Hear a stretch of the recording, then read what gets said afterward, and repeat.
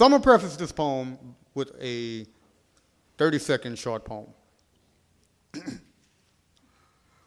When a black human is killed, the conversation that hovers over our lifeless body often become about everything except our right to remain breathing. We are buried twice, once beneath the soil, once beneath everyone's other agenda. Trigger warning. Poem may contain violent language. Poem may reference images of dead black men, women, and children. Poem may overly use the words black and blood. This liberal usage is not for alliteration purposes, though it may be worth pointing out how neatly the words black and blood line up next to each other, rolls off the tongue as if it was made to tell our stories, these blood-soaked stories narrated by bullet and brute force. It would be nice to tell this tale of blackness minus all that red, but the poem just won't allow it.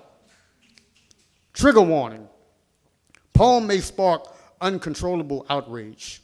Poem may provide moments of discomfort. Poem may cause shortness of breath. Poem may cause you to get a little choked up. Poem has Eric Garner on the brain, Tamir Rice on the brain, Mike Brown on the brain, John Crawford, Oscar Grant, Ezell Ford, Renisha McBride, Ayanna Jones on the brain. Poem may hemorrhage before your very eyes with all this blood on its brain. It has not found a way to stop the bleeding nor a way to stop writing itself.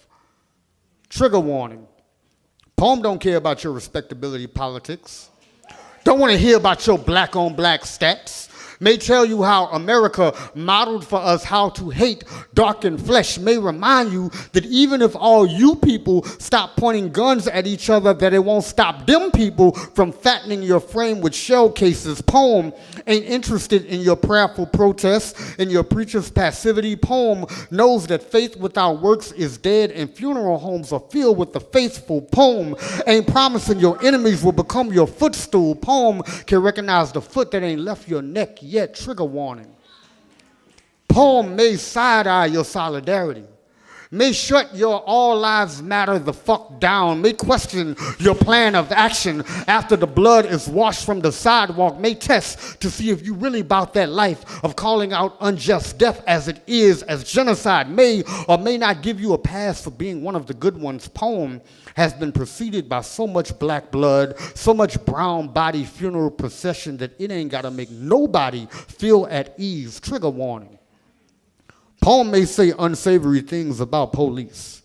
Poem may say the words fuck and police neatly next to each other in a lineup, may interrogate the officer this time. It may be equipped with a body camera in the events the words are pulled over past the margin. Poem knows that following the laws of the land won't necessarily stop a cop from putting more holes in the paper. Poem knows that just because you call it articulate don't mean it's too smart to avoid having its brains graffiti the sidewalk. It understands that nothing compliments its right to remain silent, quite like death.